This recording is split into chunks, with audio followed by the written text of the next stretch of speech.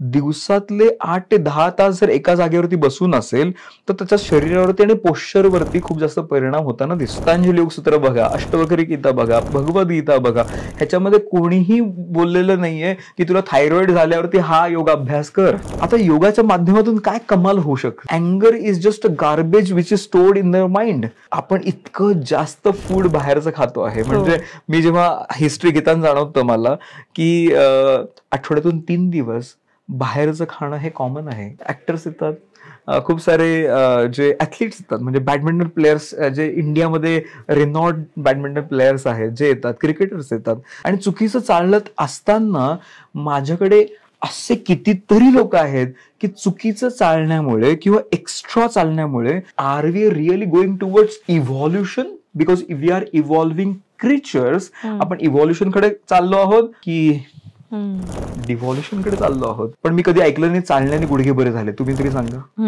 चालण्याने diabetes पूर्ण reverse झालाय. मला एक उदाहरण द्या. मला सांगा, चालण्याने एखाद्याचं वजनच उतरलेलं आहे, नाही दिसत आहे, उतरलं तर परत रिगेन होत आहे. तर चालणे हा जर व्यायाम असेल तर त्याच्यासोबत रिव्हर्स होण्याचे उदाहरणं पण पाहिजे ना. How can any doctor can guide anybody as a some exercise? In yoga therapy we focus on the mid region.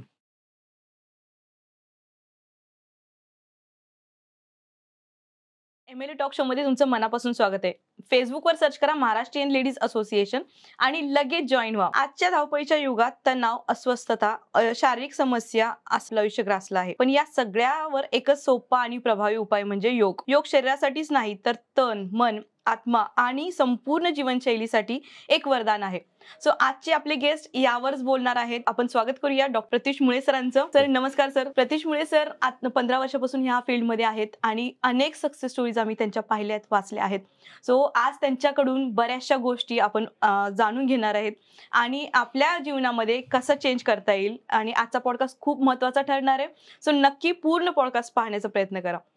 Sir थोडंसं इन्फॉर्मेशन द्या आमच्या सगळ्या मेंबर्ससाठी. सो माझं नाव डॉक्टर प्रतीश मुळे. आता हा खूप इन्फॉर्मल, जसं मॅडमशी आता भेटताना आम्ही ह्याच्या आधी पण काही डिस्कशन्स केलं. माझ्याबद्दल मी सांगेन की ह्या क्षेत्रामध्ये गेली 15 वर्षापासून आम्ही कार्यरत आहोत. आणि हे करत असताना ह्याच्यासोबत ज्या आपण प्रोफेशनल डिग्रीज आहेत, ज्याच्यामध्ये मास्टर्स, त्याच्यानंतर PhD इन योगा थेरपी हे परसिव्ह केलेलं आहे. आता तुम्हाला आश्चर्य वाटेल की मी कॉर्पोरेट व्यक्ती ह्याच्या आधी काम करत होतो. जसं माझं बॅकग्राऊंड जे आहे ते कंपनी सेक्रेटरी टर्न इंटू योगी अशा पद्धतीने काम करत आहोत. ह्या क्षेत्रामध्ये आकर्षण खूप जास्त जाणवलं की स्वतःमध्ये जो परिवर्तन आणि आत्ताच्या जगामध्ये जे पण अपेक्षित आहे त्या पद्धतीने आम्ही ह्या मार्गावर सुरू केलेलं आहे आणि ही जर्नी अशीच चालू आहे. Super super. सो मी ह्या प्रश्नाकडे येणारच होती की तुमची योगाची जर्नी कोणत्या साली किंवा कशी सुरू झाली? सो मी जर असं सांगितलं योगाची जर्नी सुरुवात कशी झाली, ह्याच्यापेक्षा मी सांगेन की मी कधी ह्याच्यासाठी विचार नव्हता केला की मी योगा टीचर बनेल किंवा लोकांना इन्स्पायर ह्या पद्धतीने करेल. माझं सगळ्यात महत्त्वाचं होतं की मला माझ्या स्वतःमध्ये अनुभव घ्यायचे आहेत, जे मी पुस्तकांमध्ये वाचलेत किंवा वेगवेगळ्या लोकांकडे बघत असताना जाणवलं की अरे माझ्यामध्ये पण हा परिवर्तन होऊ शकतो का.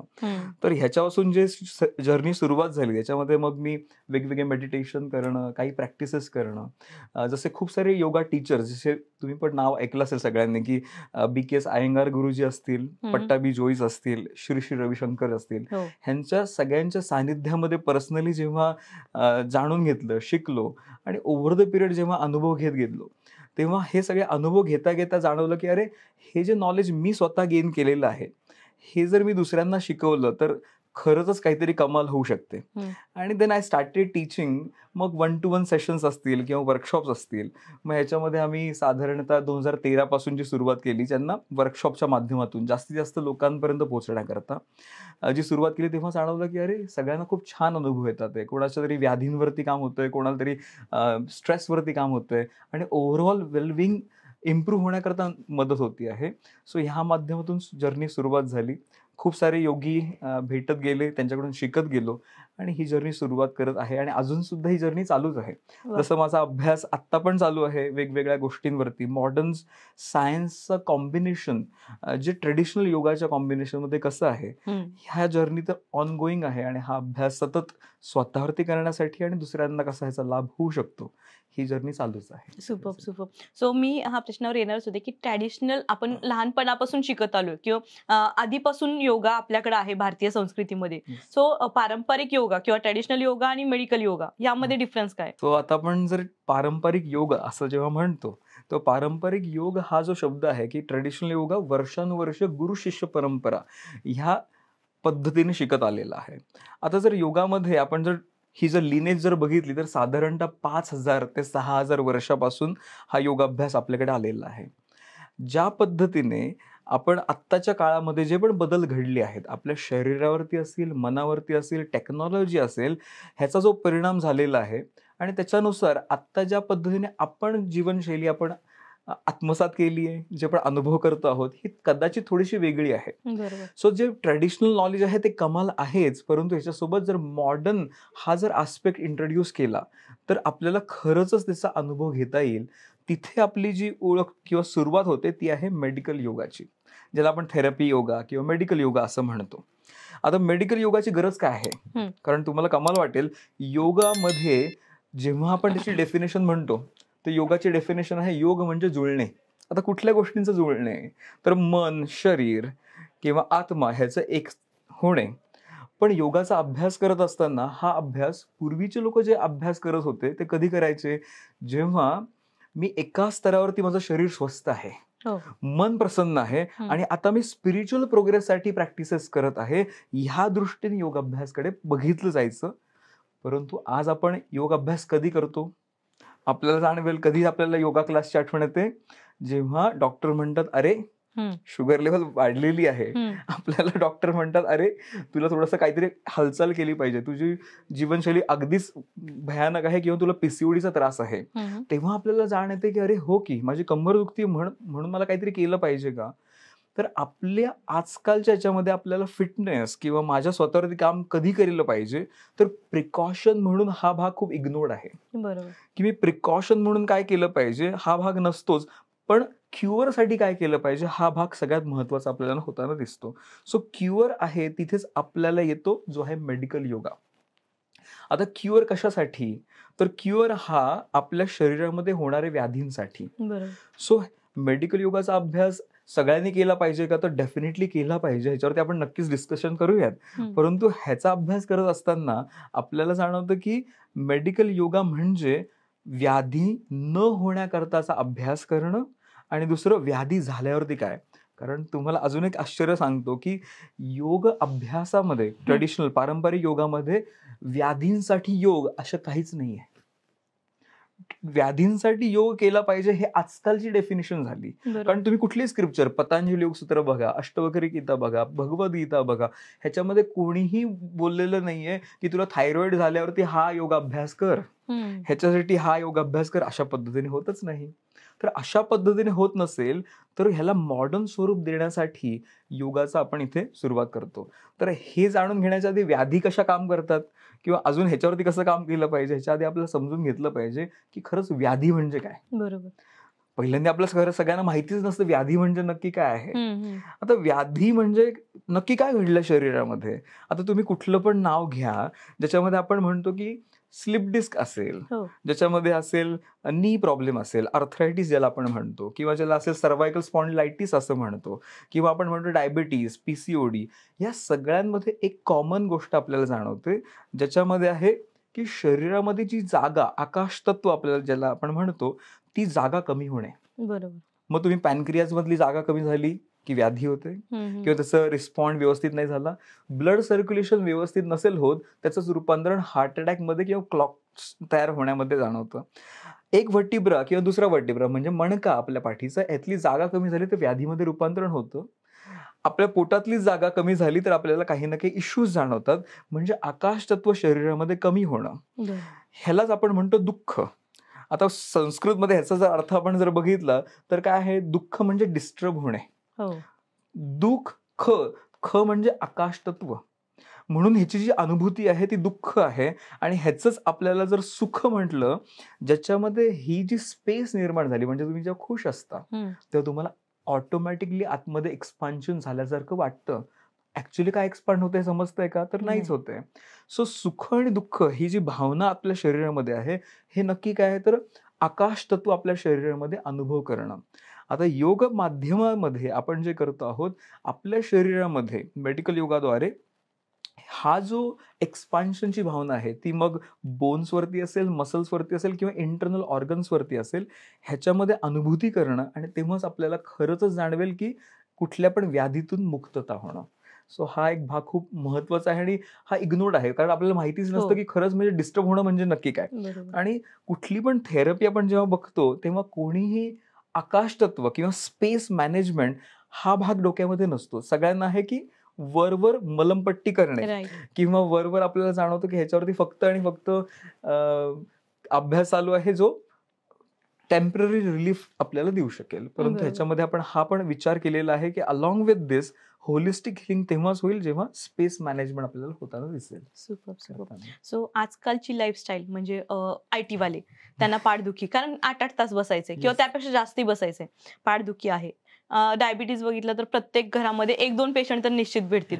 आणि पीसीओडी तर एवढं कॉमन झालाय की 90 मध्ये 100 पैकी 90 लोकांना पीसीओडी मायनर, मेजर आणि असं ह्या सगळ्या कॅटेगरीमध्ये असतोच, थोडा का होईना मिळतोच. सो ह्या आजारासाठी मेडिकल योगा कसा बेनिफिट होतो? आता आपण जेव्हा बघतो तर ह्याच्यामध्ये आम्ही मेडिकल योगामध्ये 2 आस्पेक्ट्स वरती काम करतो. 2 आस्पेक्ट्स कुठले आहेत? एक आहे structural issues. Okay. Structural issues म्हणजे काय? जे आपल्या डोळ्यांनी दिसतात, म्हणजे खांदे असतील, कंबर असतील, गुडघे असतील. आणि दुसरं आहे पॅथॉलॉजिकल डिसऑर्डर्स. पॅथॉलॉजिकल डिसऑर्डर म्हणजे काय? तर ह्याच्यामध्ये आपण जो पण भाग आहे जो आपल्याला दिसत नाही, केमिकल रिएक्शन, मग त्याच्यामध्ये आपल्याला व्याधी होताना काय दिसतात? तर ह्याच्यामध्ये आपल्याला दिसतात की डायबिटीज, हायपरटेन्शन, बीपी, जे आपल्या डोळ्यांनी दिसत नाही पण शरीरामध्ये काही ना काही अस्वस्थता निर्माण केलेली आहे. आता ह्या गोष्टींवरती काम करणं, तर मी पहिल्यांदा तुम्हाला सांगेल की आपल्याला जे डोळ्यांनी दिसतं ह्याच्यावरती विशेष काम होणं आवश्यक आहे. आपल्याला वाटतं की हार्मोनल इम्बॅलन्स झालं म्हणजे मी काहीतरी आतमध्येच फक्त काम केल्यानेच होईल, असा अर्थ बिलकुल नाहीये. सो पहिल्यांदा आपलं जे शरीर, म्हणजे तुम्ही जर बघितलं IT मध्ये आपल्याला होताना दिसतं किंवा प्रत्येक ठिकाणी आजकाल आपण सगळेजण ऍडिक्टेड आहोत. कशासाठी माहितीये? We are addicted towards the sitting, and sitting is a new cocaine. New cocaine म्हणजे we are so addicted toward sitting की सारखंच बसूनच आहोत. आपण गाडीत बसलोय, मग अशी बोलताना बसलो होतो, त्याच्या आधी आपण ऑफिसमध्ये बसलो होतो, घरी फोनवरती बसलो होतो. सो आपण दिवसातले 8 ते 10 तास जर एका जागेवरती बसून असेल तर त्याच्या शरीरावरती आणि पोश्चरवरती खूप जास्त परिणाम होताना दिसतो. आणि posture plays a big role in to internal issues also. म्हणजे इंटरनल इश्यूज कुठले आहेत? मग डायबिटीसचं नाव घ्या. आता तुम्हाला याचं एक्झाम्पल देतो की तुम्ही एका बाजूला झुकलेला आहात. आपण सगळेजण पुष्पासारखे झालेलो आहोत, एकाच बाजूला झुकलेत सगळेजण, आणि आपल्याला जाणवतं की एकाच बाजूला झुकलोय किंवा बसण्याची पद्धत सगळ्यांची कशी आहे. मला हे खूप कम्फर्टेबल वाटतं कारण खांदे स्लाउच करणं सोपं आहे आणि ग्रॅव्हिटीचा परिणाम होणारच आहे. सो हे खांदे झुकून बसणं किंवा सतत एकाच जागेवरती बसणं, सो ह्याच्याने होणारे जे डिस्टर्बन्स, जे स्ट्रक्चरल इश्यूज वरती आहेत, त्याचाच परिणाम इंटरनल सर्क्युलेशन वरती होईल. म्हणजे ह्याचं एक्झाम्पल अजून एक तुम्हाला सांगतो. जर माझे रिप केज बंद असतील, मला श्वास घेण्यासाठी ताण जाणवणार आहे, डेफिनेटली येस.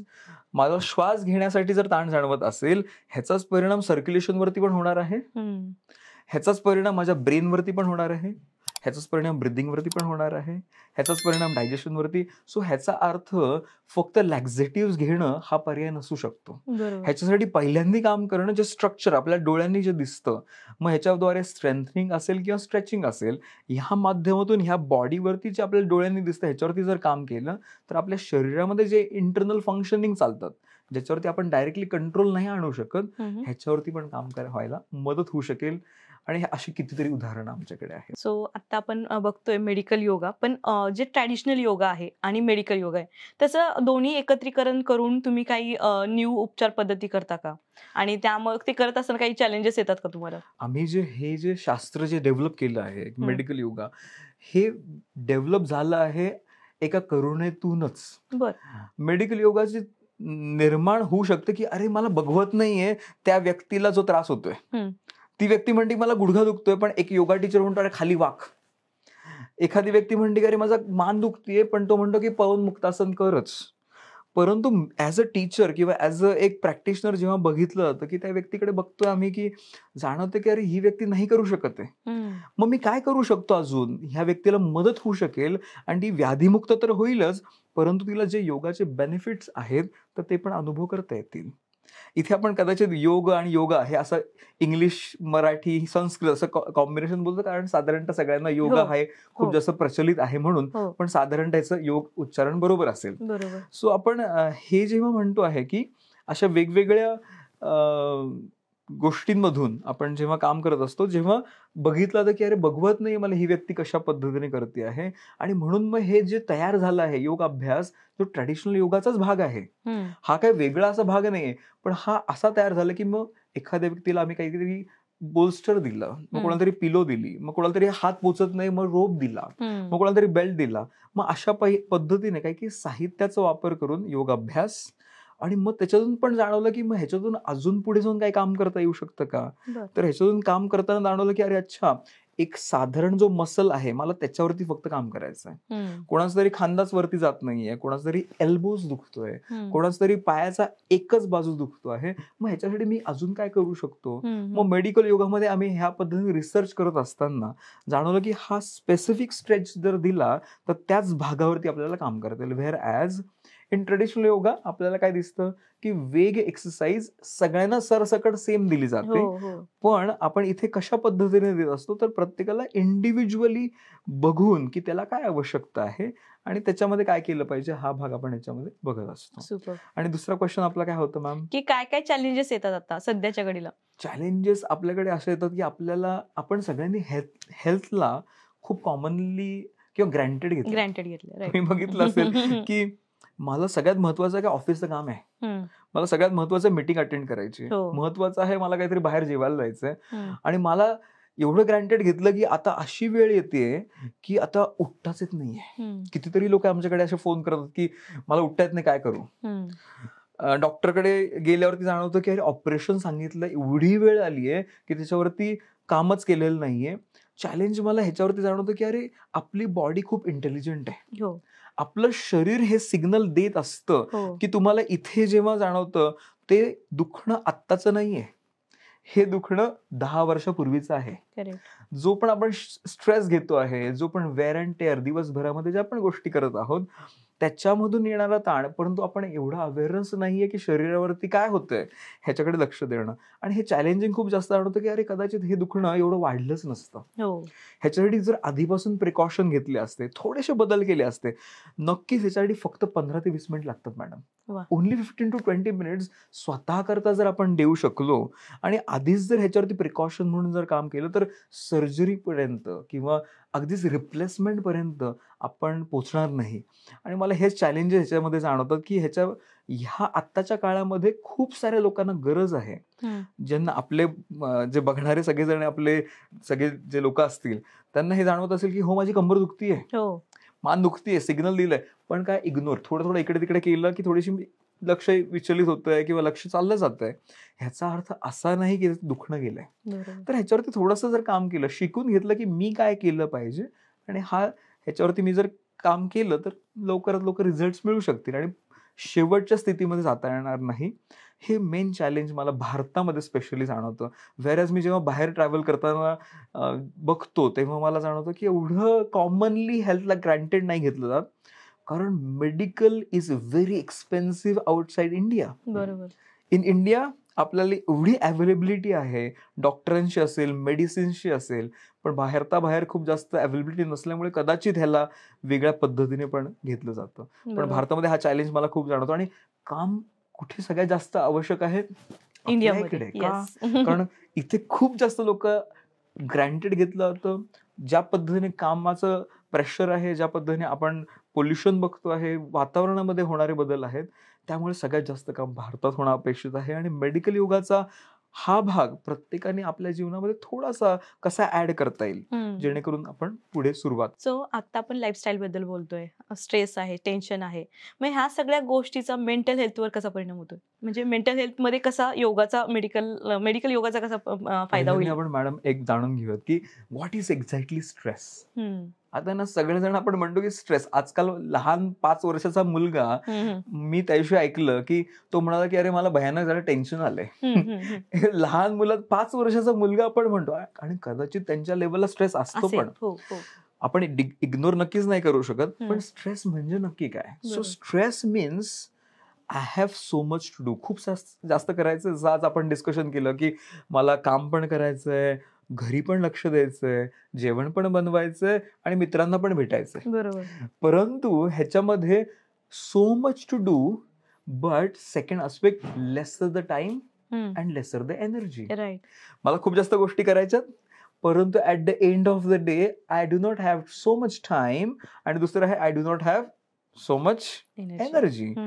आता जेव्हा हे मिसमॅच जेव्हा होतं तेव्हा आपल्याला जाणवतं हे आपण नथिंग बट स्ट्रेस. मग मेंटल लेवलवरती जेव्हा एनर्जी कमी जाणवते, जेव्हा मला प्रोसेसच नाही होते आणि झोपायला लागतंय, ह्याचा अर्थ जो पण उरलेला भाग आहे तो स्ट्रेस आहे. बरोबर. आता योगाच्या माध्यमातून काय कमाल होऊ शकते, तर आपण योगाच्या माध्यमातून सिम्पल ब्रीदिंग टेक्निक्स, फक्त प्राणायामचा अभ्यास करून किंवा फक्त थोडेसे आसन अभ्यास करून किंवा काही काही रिलॅक्सेशन योग निद्रासारखे असतील किंवा सिम्पल गोष्टी असतील ज्याच्यातून फक्त आणि फक्त आपण आपल्या शरीरातली जेव्हा ऊर्जा वाढवतो. सिम्पल भस्त्रिका प्राणायाम असेल, तुम्ही सगळ्यांनी केलं असेल कदाचित, किंवा सगळ्यांनी नाडी शोधून प्राणायाम केलं असेल, अनुलोम विलोम प्राणायाम केलं असेल. हे सिम्पल प्राणायाम केल्याने सुद्धा तुम्हाला ऊर्जा जाणवल्यासारखी वाटते. मी तर म्हणेल की हे प्राणायाम तर सोडाच, फक्त 2 मिनिटं डोळे बंद करून दीर्घ श्वसन जरी केलं तरी पण तुम्हाला छान वाटतं. वाय? सो जेव्हा आपण आपल्या ऊर्जेवरती जेव्हा काम करतो, ऑटोमॅटिकली ऊर्जा जेव्हा वाढते तेव्हा जाणवतं की अरे स्ट्रेस ऑटोमॅटिकली कमी झालाय. आणि त्याच्याद्वारे टाइम मॅनेजमेंट होणार आहे का? तर definitely going to happen. When you are with the relaxed mind, automatically time management होताना जाणवेल आणि स्ट्रेस हळूहळू कमी होताना पण जाणवू शकतो. आता आपण ह्याच्यासोबत अजून एक गोष्ट सगळ्यात महत्वाची बोलली पाहिजे की स्ट्रेस अजून एका गोष्टीशी संबंधित आहे. Doing so many thing right at the same time. आपले ब्रेन त्याच्याकरता बनलेलं नाही. पहिली गोष्ट बरोबर. मल्टीटास्किंग आपण ज्याला म्हणतो. आणि we are competing with the technology. Right. आणि we are so impatient nowadays. कारण आपल्याकडे एक क्लिक केला मॅडम की घरात ग्रॉसरी येते, एक क्लिक केला फूड येतं, एक क्लिक केला सगळ्या गोष्टी एका टच वरती आहे. आणि ह्याच्याने काय झालं ना, आपण सगळेजण खूप इम्पेशन्स झालेलो आहोत. ह्याच्यावरती कुठे ना कुठेतरी काम करणं पण आवश्यक आहे. हे मला नेहमी वाटतं की अशा काही काही गोष्टी खरंच आहेत का ज्या खूप इग्नोर्ड आहेत.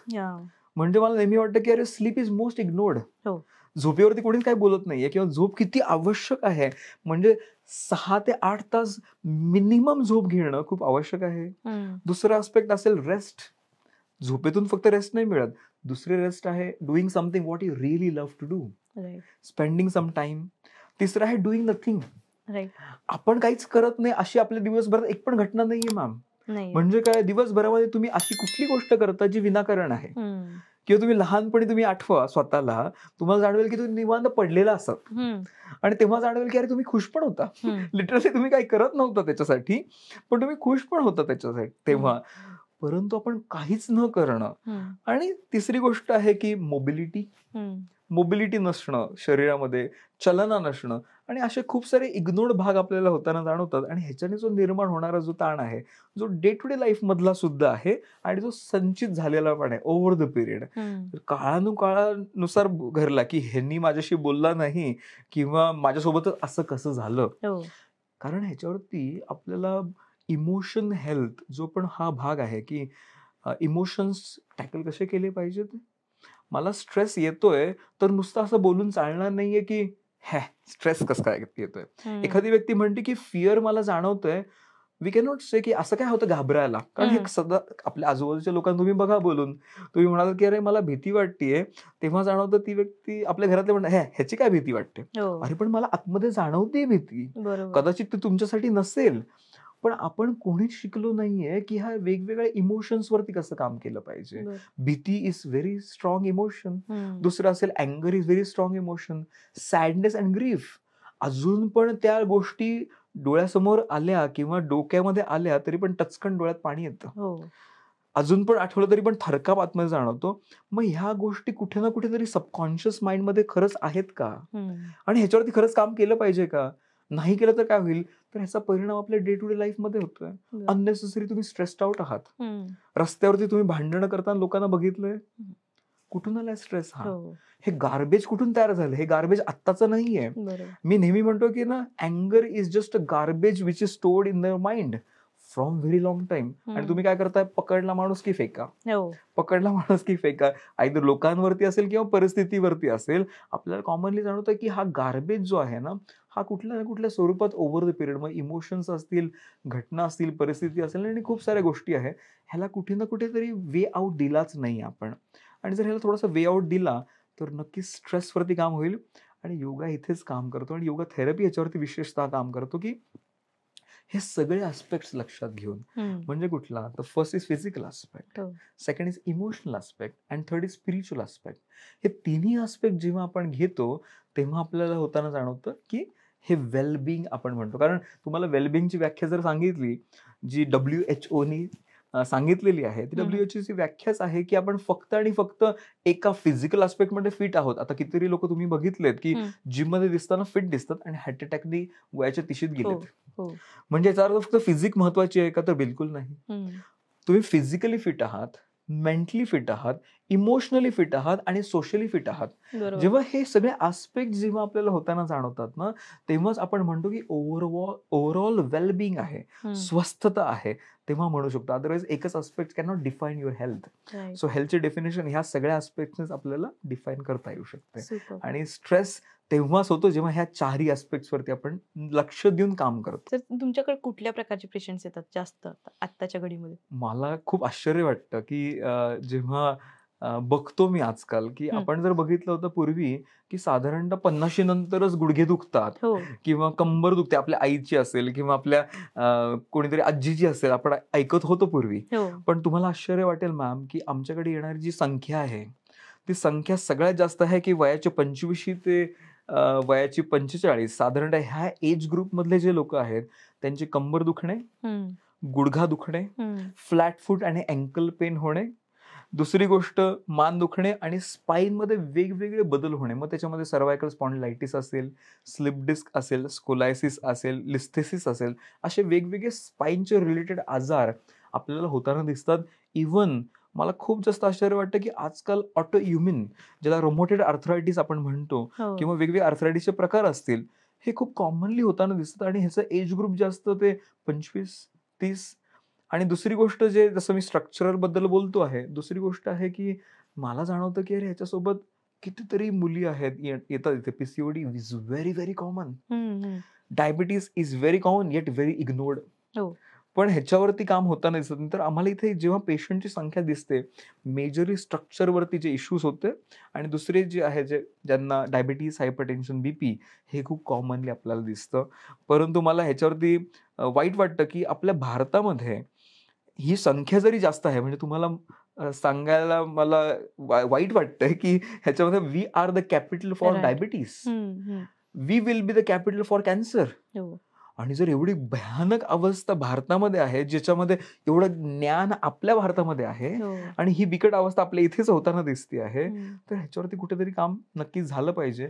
आणि आम्ही योग माध्यमातून की मग त्याच्यामध्ये ट्रॅडिशनल योगाचा भाग असेल किंवा योग थेरपीचा भाग असेल, मेडिकल योगाचा, या माध्यमातून आम्ही हेच काम करतो आहे की प्रसार प्रचार असेल आणि ट्रान्सफॉर्मेशन असेल, ह्याच्यामध्ये आम्ही ह्याच्यावरतीच लक्ष देतो की ह्या व्याधी मुळापासून कशा घालून टाकता येतील.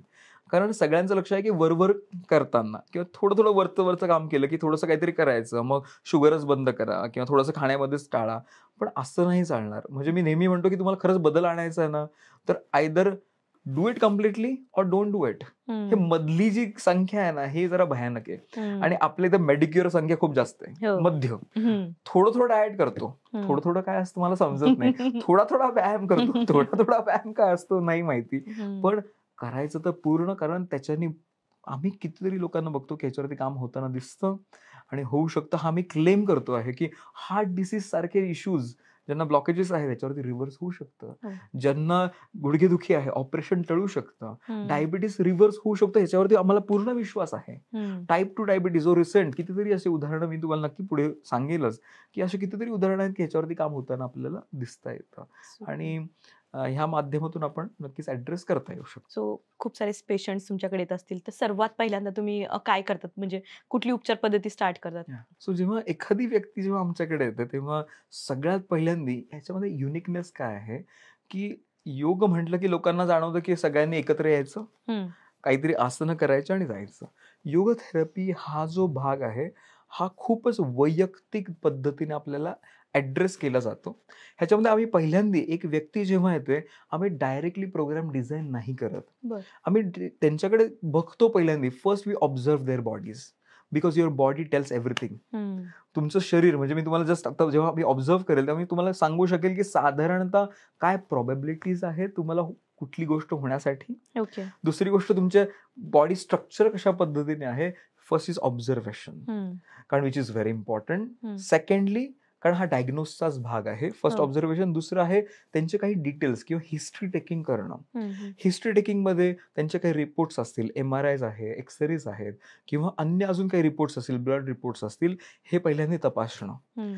त्याच्यानंतर तिसरी गोष्ट त्यांची स्थिती कुठे आहे, वेअर दे आर, ते कुठे आहेत हे जाणून घेणं आणि मग त्यांच्यासाठी एक प्रोग्राम डिझाईन करणं की त्यांना कुठे पोहोचायचं आहे. ओके. सो पहिल्यांदा जाणून घेतलं पाहिजे की कुठे ते आहेत आणि कुठे त्यांना पोहोचायचं आहे. हा विचार करून त्यांच्यासाठी एक प्रोग्राम डिझाईन केला जातो आणि त्यांना ह्याच्यातून व्याधीमुक्त कशा पद्धतीने करता येऊ शकेल ह्या पद्धतीने त्यांची उपचार पद्धती निर्माण केली जाते, तयार केली जाते आणि त्याच्यानुसार त्यांना थेरपी सुरुवात होते.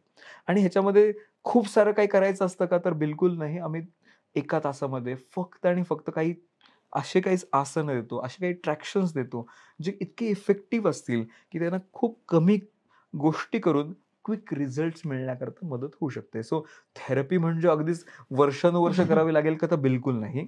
पण थोड्याच काळामध्ये हा जर फ्लो फॉलो केला की जाणून घेतलं मी कुठे आहे, मला काय करायचं आहे, घरी काय करू शकतो आणि इथे काय केलं पाहिजे जेणेकरून मला मदत होऊ शकेल, या पद्धतीने आपण इथे काम करत असतो. तर हे तर झालं उपचार पद्धती, पण ह्या समस्या होऊच नयेत यासाठी आपण काय करू शकतो? डेली लाईफस्टाईल कशी चेंज करू शकतो? सो मला सगळ्यात महत्वाचं आता ह्याच्यावरती तुम्ही सगळ्यांनी ऐकलं असेल की लाईफस्टाईल म्हणजे फक्त एका जागेवरती बसणे किंवा फक्त इम्प्रूव्ह करणे म्हणजे फूड हॅबिट्स एवढंच नसून तर लाईफस्टाईलमध्ये सगळ्याच गोष्टी असतात. तर त्याच्यामध्ये लाईफस्टाईलमध्ये पहिल्यांदा आहे की तुम्ही काय पद्धतीने काम करता, किती सिडेंटरी लाईफस्टाईल आहे तुमची, ह्याच्यामध्ये म्हणजे फक्त बैठेच काम आहे का तुमचं, हे असणं. दुसरी गोष्ट फूड हॅबिट्स. आपण इतकं जास्त फूड बाहेरचं खातो आहे. म्हणजे मी जेव्हा हिस्ट्री घेताना जाणवतं मला की आठवड्यातून 3 दिवस बाहेरचं खाणं हे कॉमन आहे. दिस इज माय डेटा सेज की कॉमनली 3 आठवड्यातून 3 ते 4 वेळा लोक बाहेरच खातात. तिसरी गोष्ट स्ट्रेस हा आपल्या जीवनाचा एक भाग झाला आणि सगळ्यांना असं वाटतं की स्ट्रेस खूप कॉमन आहे. परंतु हे आपण जसं बघतो ना की स्ट्रेस इतका कॉमन आहे की आपल्याला काहीतरी विचित्र वाटतच नाही. सगळे स्ट्रेसमध्येच आहेत. कारण जसं मी नेहमी एक उदाहरण देतो की आपण सगळ्यांनी तो सेल्फी कॅमेरा उघडून बघितलाय का, त्याच्यामध्ये आपण चुकून जेव्हा उघडतो तेव्हा एक चेहरा दिसतो बघा, तसा गंभीर चेहरा आपण घेऊन सतत फिरत असतो बाहेरच्या ह्याच्यामध्ये आणि तोच चेहरा आपल्याला जेव्हा होताना दिसतो तेव्हा आपली पण अवस्था तीच आहे. मग सिडेंटरी लाईफस्टाईल म्हणजे मग इमोशन्स असतील, आपले day to day behavioural patterns असतील आणि दुसरा भाग असेल म्हणजे फूड स्टाईल असेल, स्लीप पॅटर्न्स असतील आणि माझ्या कामाचं स्वरूप असेल. हा सगळा भाग जेव्हा विचार घेऊन आपण काम करतो तेव्हाच खरंच बदल होताना आपल्याला दिसू शकतो. सो ह्याच्यामध्ये प्रश्न काय होता? सो आपण ह्या समस्या होऊच नयेत म्हणून काय काळजी घेतली पाहिजे? याच्यासाठी काय काळजी घेतली पाहिजे? सो ना मी नेहमी म्हणतो की अवेअरनेसची कमतरता आहे, नॉलेजची कमतरता नाही. बरोबर. मी आजकाल सगळे जे माझ्या समोर येतात त्यांना मी नेहमी म्हणतो तुम्ही सगळे ज्ञानी आहात.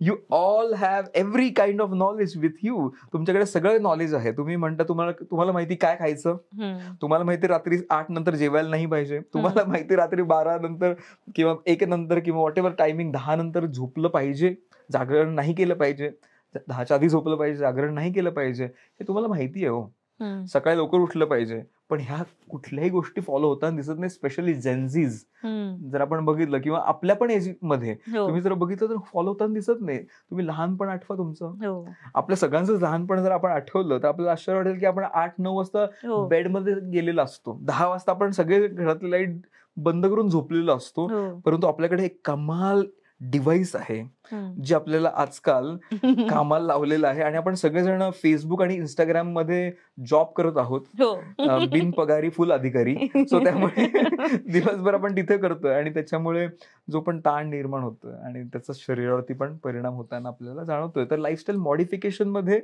एक मॉडरेट गोष्टीकडे, मी कधीच म्हणणार नाही की तुम्ही टेक्नॉलॉजीशी नाही, मी I am too pro towards technology. मी म्हणेल की ह्याच्यातला एक मध्य मार्ग आणू शकता येईल का, म्हणजे याच्यामध्ये मग अर्धा तास थोडंसं लवकर झोपता येईल का, आज आठवड्यातून एकदाच बाहेर खाता येईल किंवा 15 दिवसातून एकदाच बाहेर खाता येईल का, थोडेसे घरामध्ये एफर्ट घेऊन काही मॉडिफिकेशन करता येऊ शकतील का, आपली जी दिनचर्या आहे ह्याच्यामधून 1 तास स्वतःकरता देऊ शकता येईल का, ह्या गोष्टी नक्कीच एक लक्षात ठेवून जर आपण कॉन्शियस एफर्ट जर केले, आणि ह्याच्यावरती ना कॉन्शियस एफर्ट करण्याकरता एक गाईडची आवश्यकता असते. बरोबर. कारण मी बघतो आमच्याकडे खूप सारे ऍक्टर्स येतात, खूप सारे जे ऍथलीट्स येतात, म्हणजे बॅडमिंटन प्लेयर्स जे इंडियामध्ये रिनॉर्ड बॅडमिंटन प्लेयर्स आहेत जे येतात, क्रिकेटर्स येतात. जेव्हा आम्ही ह्यांना गाईड करत असतो तेव्हा ह्यांच्यावरती अशा पद्धतीने काम केलं जातं की त्यांना इंडिव्हिज्युअली काय गरज आहे आणि त्यांना कशा पद्धतीने ऍड्रेस केलं पाहिजे जेणेकरून त्यांना ती मदत होऊ शकेल, ह्या पद्धतीने त्यांना गाईड केलं जातं. सो व्यायामाबद्दलचा एक मोठा गैरसमज की चालणे, म्हणजे आम्ही तर चालतो बरं का, 45 मिनिट्स वगैरे चालण्याचा प्रयत्न करतो. सो चालणे हा व्यायामाचा प्रकार होतो का किंवा योगाचा प्रकार होऊ शकतो का? आता मी नेहमी म्हणतो की सकाळी जे तुम्हाला चालताना लोक दिसतात ना, ते लोक तुम्हाला वाटतं ते सगळेजण एन्थुझियास्टिक आहेत, सगळे लोक फिटनेस फ्रिक्स आहेत, त्यातले 90% लोक घाबरून चालणारे आहेत. कारण आपल्याला दिसतं की काहीतरी त्यांना झालं, डायबिटीज झालं, हायपरटेन्शन आहे, डॉक्टरांनी सांगितलं की चाला. पण तुम्हाला माहितीये का, डॉक्टरांनी ऍटलिस्ट चाला असं सांगितलंय, ह्याचा अर्थ फक्त चाला असा आहे का, तर बिलकुल नाहीये. आपण ज्या पद्धतीने एक्स्ट्रीम चालतो, मी आजकाल बघतो ना की माझेच वडील ही सेइंग की मी 10,000 स्टेप्स आज केले, मी म्हणतो don't do it, come on, कारण 10,000 steps is not good for your नी. तुम्ही ज्या पद्धतीने कॉन्क्रीट रस्त्यावरती चालत आहात, तुम्ही ज्या पद्धतीने फुटवेअर वेअर करत आहात, ज्या पद्धतीने तुम्ही चालत आहात, कारण आपण जे चालतो आहोत ते खरंच सरळ चालतोय का? तुम्ही बघितलं डक वॉक, तुम्ही बघितलं नॉक नीज होताना गुडघे घासतात, मांडी घासती लोकांची आणि पाय बाहेर पडतोय, ह्याचा अर्थ आपल्याला माहिती पण नाही चालायचं कसं. आणि चुकीचं चालत असताना माझ्याकडे असे कितीतरी लोक आहेत की चुकीचं चालण्यामुळे किंवा एक्स्ट्रा चालण्यामुळे आपल्या शरीराचं वजन जमिनीवरती आहे आणि जे फ्रिक्शन, पाऊल प्रत्येक जे जमिनीवरती आपण टाकतोय ते फ्रिक्शन निर्माण करत आहे. आणि ते फ्रिक्शन जेव्हा निर्माण करत आहे ना, तेव्हा त्याचा परिणाम कुठे होणार आहे, गुडघ्यांवरती आणि कमरेवरती. सो एक्स्ट्रा चालल्याने उलट वेअर अँड टिअर जास्त होताना दिसतंय आणि त्याच्यामुळे आर्थरायटिस, त्याच्यामुळे कुठले ना कुठले गुडघ्याचे किंवा कमरेचे आजार असे होताना पण आपल्याला दिसतात. सो चालणे हा पहिली गोष्ट म्हणजे व्यायाम असू शकत नाही. दुसरी गोष्ट का बरं नसू शकतो, कारण तुम्ही जर बघितलं वर चालल्याने तुमची ग्लुकोज लेवल थोडीशी डाऊन होताना तुम्हाला दिसेल आणि मजा पण येईल, हो रे माझं ग्लुकोज जे स्पाइक होतं ते कमी झालं. परंतु आता मला हे जाणवेल की अरे जेव्हा मी फूड खातोय परत स्पाइक होतोय. आता याचं उदाहरण मी नेहमी देतो की तुम्ही हा हात जर 100 वेळा गोल फिरवला क्लॉकवाईज अँटी क्लॉकवाईज, कशाचा व्यायाम होईल, तर आपल्या फोरआर्मचा होईल, शोल्डरचा होईल, कदाचित शरीरामध्ये थोडी हालचाल जाऊन गरम तयार होईल, हीट निर्माण होईल आणि त्याच्यावरती पण थोडासा मदत होऊ शकेल. परंतु ह्याचा अर्थ असा नाही की आपलं पूर्ण शरीर ह्याच्याशी कामाला लागेल. आपल्याला चालताना जाणवेल की शरीराची हालचाल पण होती, but that does not mean की इंटरनल ऑर्गन्स फंक्शन इम्प्रूव्ह होण्याकरता मदत करतोय. In yoga therapy we focus on the mid region. मध्य कुठलं आहे, तुम्हाला आश्चर्य वाटेल, कुठले सगळ्यात महत्वाचे ऑर्गन्स कुठे आहेत सिच्युएटेड, सांगा बरं. तुमचा लंग्स कुठे आहेत, गुडघ्यामध्ये ना, नाही ओके, ते कुठे आहेत, तर इथे आहेत. किडनीज कुठे आहेत, इथे नाहीयेत, इथेच आहेत. तुमचे स्टमक आणि स्प्लीन कुठे आहे, इथेच आहेत. तुम्ही जर बघितलं तुमचे इम्पॉर्टंट ऑर्गन सिच्युएटेड कुठे आहे, तर ह्या भागामध्येच आहेत. तर काम कुठे झालं पाहिजे. हम्म. हे जे चालण्याचं व्यायाम, we are not against walking. Hmm. You do walking for 40 minutes, 30 minutes, that is enough. हम्म. But do the combination with the walking is very, very important. तुम्हाला खरंच जर ट्रान्सफॉर्मेशन अनुभव करायचा असेल तर स्पाइन, मध्य आणि दुसरी गोष्ट आपल्या शरीरामध्ये जे पण इम्पॉर्टंट ऑर्गन्स आहेत ह्याचा सुद्धा व्यायाम झाला पाहिजे. बरोबर. मग आपण पॅनक्रियाजला ताणलं, स्क्वीज केलं तर मदत होते का? तर होते. म्हणून तर अशी आसनं आहेत की त्याच्यासाठी आपण हा जर व्यायाम प्रकार केला तर आपल्याला इन्शुलिन सिक्रेशनसाठी मदत होऊ शकेल. असे काही आसन आहेत जे ट्विस्टिंग असतील, फॉरवर्ड बेंडिंग असतील, बॅकवर्ड बेंडिंग असतील, हे आपल्या इंटरनल बॉडीवरती काम करतात, स्पेस मॅनेज करतात. जेव्हा तुम्ही बघता आजकाल आपण सगळेजण खूप कम्फर्टेबल पोझिशनमध्ये बसतो. कुठली आहे? आणि इव्हॉल्युशनच्या काळामध्ये आपली पोझिशन कशी होती? तुम्ही माकडांना बघितले इव्हॉल्युशनच्या मध्ये आपण 4 पायावरून कसे पोचलोय? 2 पायांवरती पोचलो आहोत. हा क्वेश्चन स्वतःलाच विचारण्यासारखा आहे. जशा पद्धतीने तुम्ही आता पॉडकास्ट पण बघत असाल तर तुमची मान खाली आहे, खांदे झुकलेले आहेत. Are we really going towards evolution? Because we are evolving creatures. आपण इव्हॉल्युशन कडे चाललो आहोत की डिव्हॉल्युशन कडे चाललो आहोत? आणि ह्या डिव्हॉल्युशन कडे जर जात असेल तर शरीरामध्ये बदल होणार आहे, प्रकृतीमध्ये आपल्याला जाणवेल. तुम्ही जे पण चुकीचं कराल त्याचा परिणाम शरीरावरती होणार आहे. मग तो मनाच्या स्तरावरती चुकीचं करणं, शरीरावरच्या स्तरावरती चुकीचं करणं, ह्याचं व्याधीमध्ये रूपांतरण होताना जाणवणार आहे. आपण जसं बघितलं तर आपल्या इंटरनल ऑर्गन्सवरती तेवढंच काम करणं अपेक्षित आहे. फक्त चालून काम होणार नाहीये. तर आपण जेव्हा इंटरनल ऑर्गन्स, इंटरनल हेल्थ असे काही एक्सरसाइज जेव्हा आपण करू तेव्हा खरंच व्यायाम होताना जाणवेल. अदरवाईज फक्त चालून गुडघेच खराब होतील हे मी नक्की सांगेन. आता हे कदाचित तुम्हाला वाईट वाटू शकतं कारण आपल्यातले सगळेजण खूप चालणारे लोक आहेत आणि कदाचित आपल्याला ऐकताना सगळे डॉक्टर्स असतील किंवा आपली सगळी मॉडर्न सायन्स मधले लोक असतील ते सगळेजण म्हणतात जॉग करा, वॉक करा. मी तुम्हाला अजून एक गोष्ट सांगेल की भारतातलं जे एन्व्हायरमेंट आहे हे एन्व्हायरमेंट एवढं पोषक नाही आपल्याला एक्स्ट्रीम आउटडोर एक्सरसाइज त्या पद्धतीने करण्यासाठी की फक्त वॉकिंग केल्याने काम होईल. बाहेर जेव्हा थंडी असते तेव्हा त्यामुळे तुम्ही खूप जास्त रिपिटेटिव्हली एक्सरसाइज, कार्डिओ एक्सरसाइज केल्या जातात ज्या आउटसाईड कंट्रीजमध्ये आपल्याला होताना दिसतात. परंतु भारतामध्ये आपण जेव्हा आहोत तेव्हा एन्व्हायरमेंटमध्ये अशा काही कॉम्बिनेशनमध्ये जर काम केलं तर नक्कीच एक फरक दिसेल. नुसतंच वरवर चालतो मी रोज पण मी कधी ऐकलं नाही चालण्याने गुडघे बरे झाले. तुम्ही तरी सांगा. चालण्याने डायबिटीज पूर्ण रिव्हर्स झालाय. मला एक उदाहरण द्या. मला सांगा चालण्याने एखाद्याचं वजनच उतरलेलं आहे, नाही दिसत आहे, उतरलं तर परत रिगेन होत आहे. तर चालणे हा जर व्यायाम असेल तर त्याच्यासोबत रिव्हर्स होण्याचे उदाहरणं पण पाहिजे ना.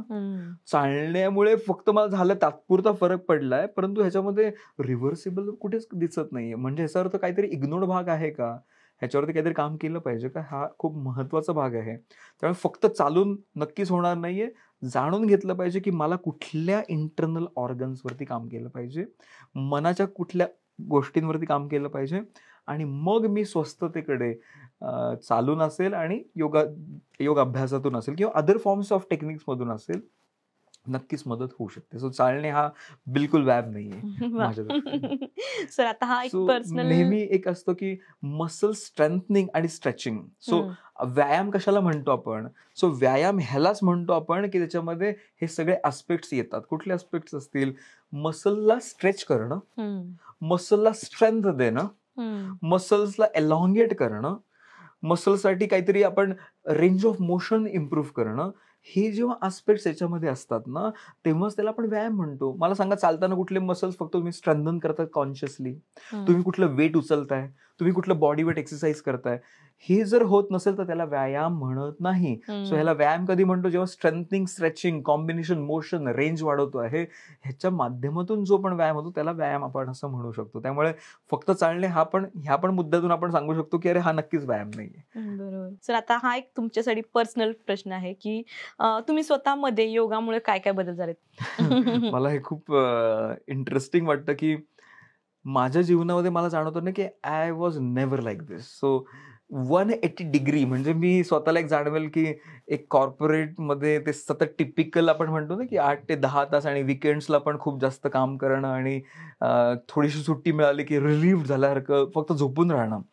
सो ह्या कॅटेगरीमध्ये मी स्वतः होताना पण जाणवत होतो. परंतु जेव्हा मी योग अभ्यास थोडेसे जेव्हा बदल माझ्या जेव्हा कॉलेज लाईफ पासून जेव्हा सुरुवात केली, मग ते मध्ये अप अँड डाऊन होत असतील कदाचित, कारण मध्ये मी जॉब करत होतो किंवा ह्याच्यामध्ये.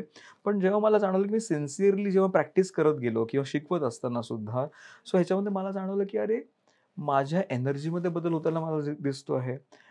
I am no longer the same person. ज्या पद्धतीने माझ्या विचार करण्याची जी पद्धत होती, ती आत्ता विचार करण्याची पद्धत, ह्याच्यामध्ये कुठेतरी एक मॅच्युरिटी मला जाणवते आहे.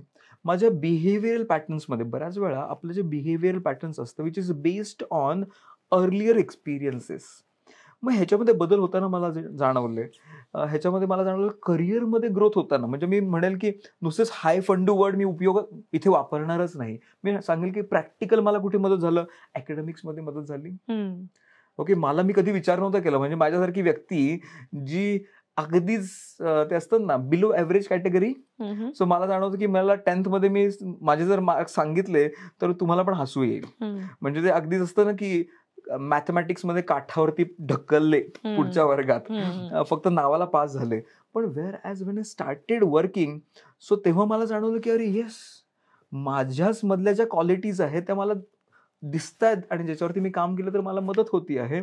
आणि when I started working, academically improve. So my graph in academics is from here to here.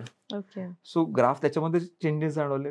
Professional कामामध्ये जाणवलं की ज्या पद्धतीने सिन्सिअरिटी पाहिजे, ज्या पद्धतीने मला जे काम आवडतं आहे त्याच्यामध्ये जे एफर्ट्स दिले पाहिजे, ज्याच्यामध्ये सिन्सिअरिटीने काम केलं पाहिजे, सो ह्याच्यामध्ये बदल होताना जाणवले. ओव्हरऑल पर्सनॅलिटीमध्ये बदल शिफ्ट झाला. सो अशी कुठलीच गोष्ट नाही की माझ्यामध्ये शिफ्ट नाही आलं. म्हणजे मी म्हणतो की मला जे लोक जुने ओळखतात ते मला अजून पण म्हणतात प्रतीश बिलीव्ह होत तुझ्याकडे बघून, तूच माझ्या वर्गात होतस का. आणि तेच लोक आज माझे स्टुडंट्स आहेत, तेच लोक माझे टीचर्स आहेत, तेच लोक मला त्यांच्या स्कूलमध्ये बोलवतात, इन्व्हाइट करतात टॉक्स देण्याकरता किंवा आमचे काही काही वर्कशॉप्स असतात ते घेण्याकरता बोलवतात. आणि मला पण आश्चर्य वाटतं की अरे हा शिफ्ट जो आहे हा फक्त आणि फक्त स्वतः वरती काम केल्याने नक्की अचीव्ह होऊ शकतो, आणि विच इज अचिव्हेबल.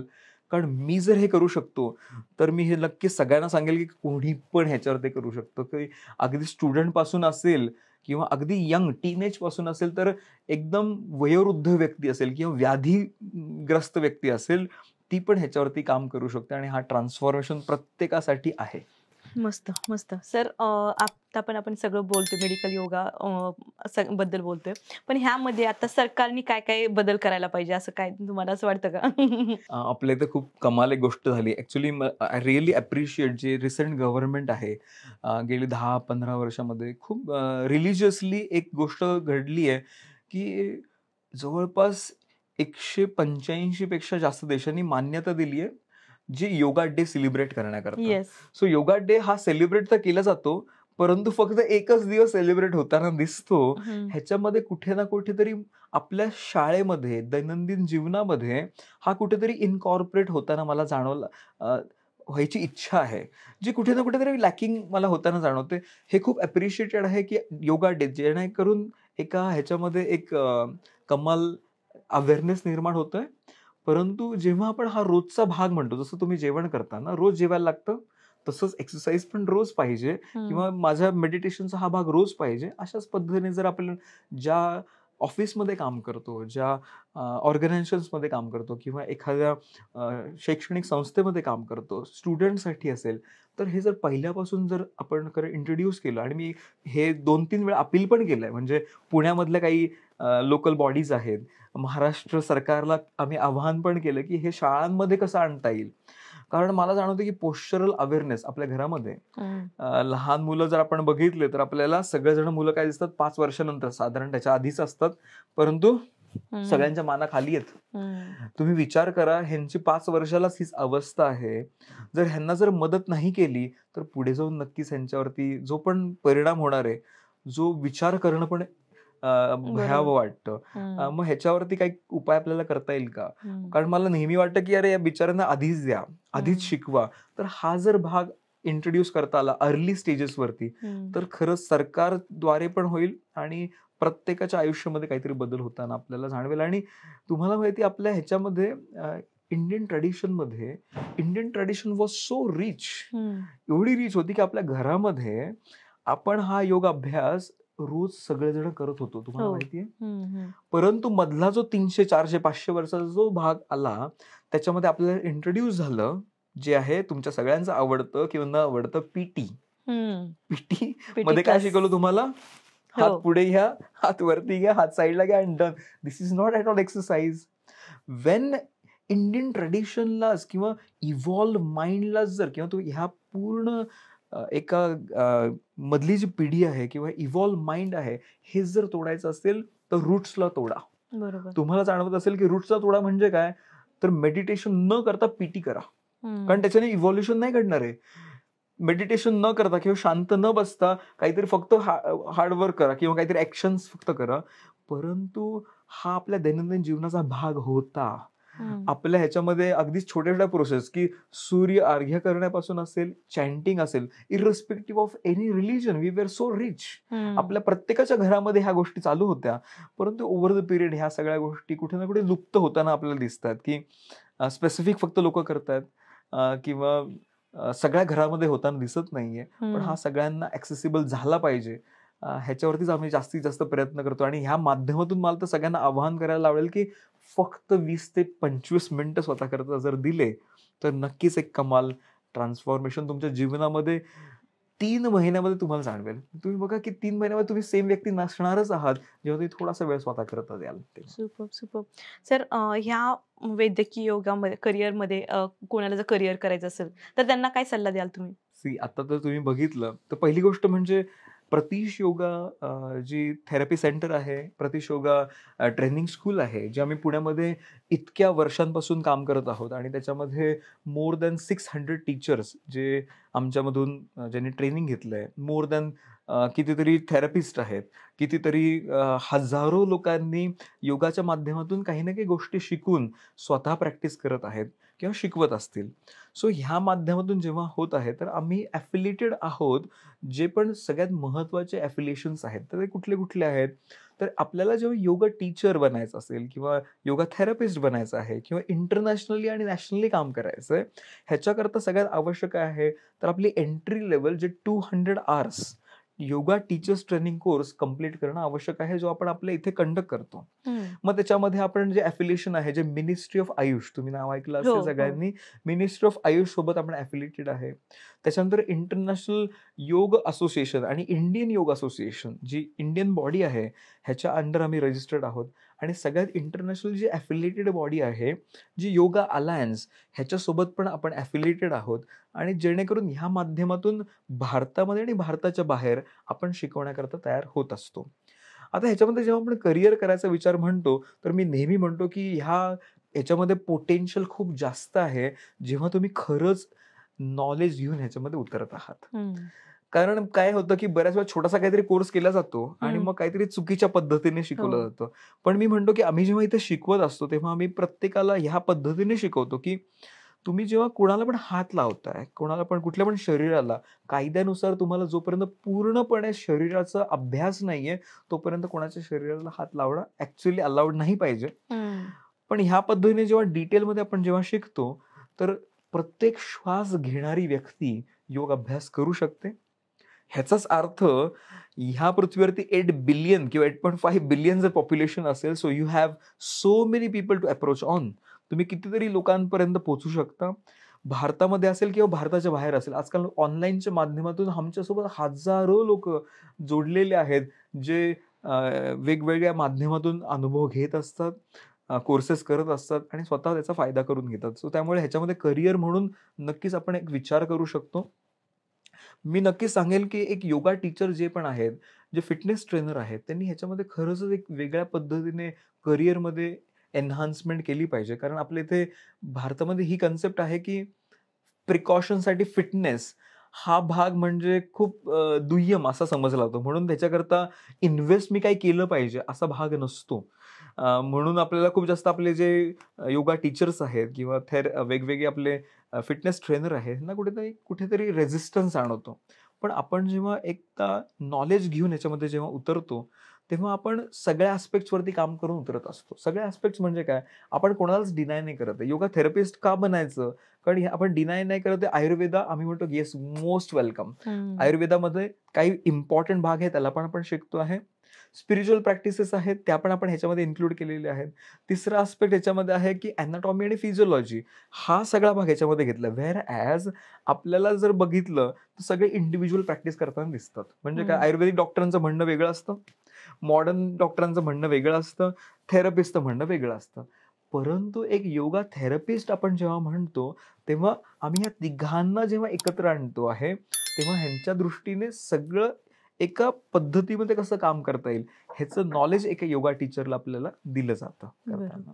आणि तेव्हाच एक योगा टीचर, योगा थेरपिस्ट एक चांगल्या पद्धतीने हीलर म्हणून काम करू शकतो आणि रिव्हर्सिबल इश्यूज वरती काम करता येऊ शकेल. सर, आता आपण पुढच्या प्रश्नावर येऊया. मॉडर्न सायन्स आणि योग थेरपी, मेडिकल योगा यामध्ये डिफरन्स काय आहे? आता मॉडर्न सायन्समध्ये मला एक कॉमनली गोष्ट जाणवते की मॉडर्न सायन्सकडे जे पण सोल्युशन्स आहेत, जी पण MBBS झालेली व्यक्ती जी आहे तर त्यांनी जे शिक्षण घेतलं, MBBSचा अर्थच हा आहे, मिनिंग जे आहे, फुल फॉर्म जो आहे तो आपल्याला जाणवतो की बॅचलर ऑफ मेडिसिन आणि बॅचलर ऑफ सर्जरी.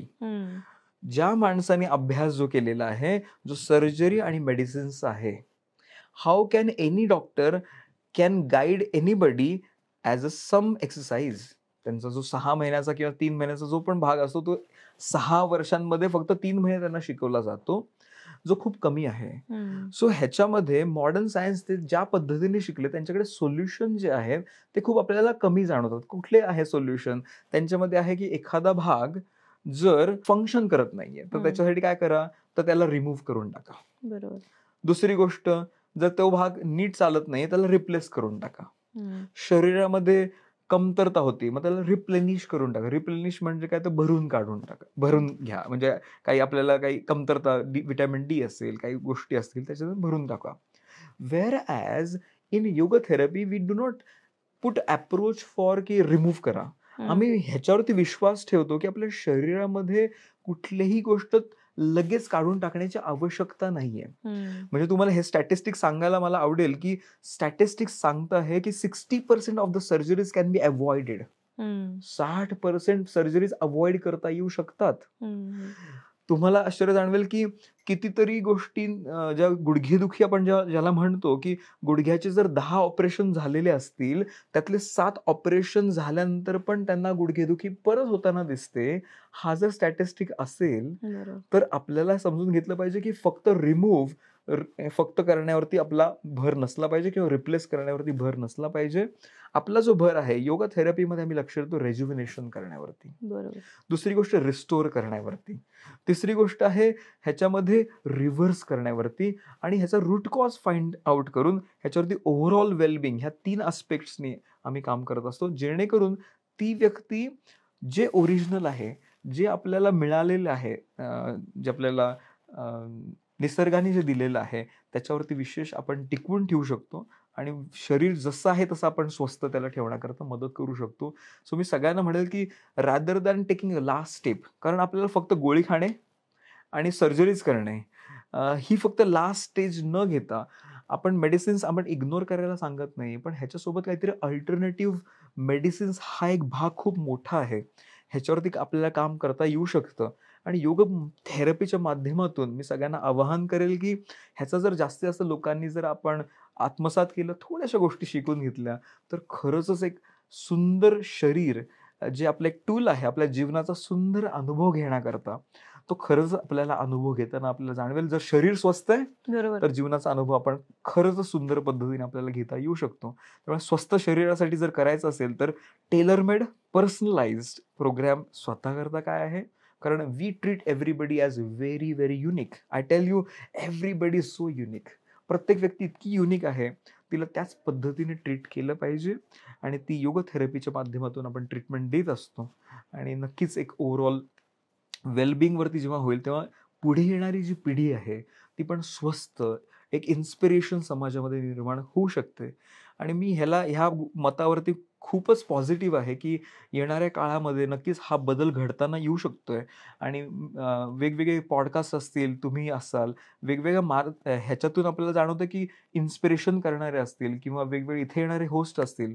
प्रत्येक जण हाच प्रयत्न करतोय, की आपल्या जीवनाचा स्तर कसा वरती नेता येईल. आम्ही योगा थेरपीच्या माध्यमातून करतो आहोत, बाकी अजून वेगळ्या माध्यमातून करतात. पण समाजामध्ये ही एक पॉझिटिव्हिटी निर्माण होताना दिसते आहे. आणि I am very optimistic towards this change. आणि आपण सगळे सोबत मिळून ह्याच्यावरती काम करूयात असं मला नक्कीच, वाटतं. आणि नक्कीच, अजून खूप नक्कीच. साऱ्या गोष्टींवरती आपण नक्कीच इन फ्युचर पण बोलूयात आणि निश्चित, बघूयात. निश्चित, निश्चित. ह्यावर अजून बरेच पॉडकास्ट येणार आहेत आणि आजचा पॉडकास्टमधनं बऱ्याच गोष्टी लोकांना लोकांचे जे गैरसमज आहेत आणि समज आहेत ते सर्व दूर झाले असतील. सर तुम्ही आज इथं आलात आणि एवढी व्हॅल्युएबल इन्फॉर्मेशन आमच्यासोबत शेअर केलात. सो त्याबद्दल मनापासून धन्यवाद.